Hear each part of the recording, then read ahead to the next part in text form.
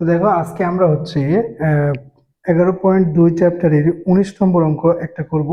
এই অঙ্কটা একটু শর্ট টাইপ কোশ্চেনে আসতে পারে, কারণ খুবই সহজ অঙ্ক। এত সহজ অঙ্ক আসলে আহ, পরীক্ষাতে গ এবং খতে কখনোই দিবে না, আমি চ্যালেঞ্জ করেই বলতে পারি। তো একটি মাঠের জমিতে সেচের সুযোগ আসার আগে ও পরে ফলনের অনুপাত কত দেওয়া আছে।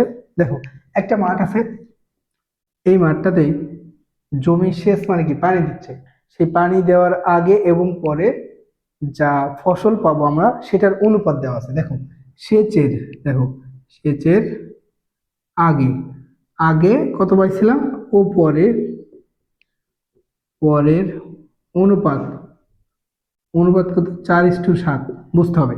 তার মানে আমরা তো জানি যে এটাকে আমরা কি ধরতে পারি, যে সেচের আগে কত 4x, সেচের পরে কত 7x পরিমাণে আমাদের কি হচ্ছে, ফসল পাচ্ছে, তাই না? তাহলে দেখো সেচের আগের পরিমাণ কত 4x, সেচের পরে কত পাবো আমরা 7x। এখন x এর মানটা আমাদের বের করতে হবে, তাই না? এখন খেয়াল করো তো, যে সেচের আগের আমাদের দেওয়া আছে যে জমিতে যদি পানি দিই তাহলে জমিটা উর্বর হবে এবং সবজি বা ফসল আমরা বেশি পাবো, এটা সত্য কথা। এখন কত পাবো সেটা বের করতে হবে।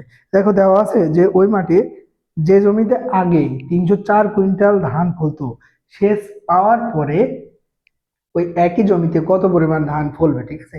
তাহলে সেচের আগের মানটা কিন্তু দেওয়া আছে, সেচের মানে কত 304 না কুইন্টাল। ওকে, তাহলে প্রশ্ন মতে কিন্তু এখান থেকে এই অঙ্কটা এমনি করতে পারো, যে সেচের আগের কাহিনী কত ছিল 4x, এই 4x এর মান কত 304 কুইন্টাল পরে থাকবে। আচ্ছা, এবং এক্স ইজিকাল টু কত হবে, 304 ভাগ কত 4, এটা কাটাকাটি করে যা আসবে তো এটা, ঠিক আছে?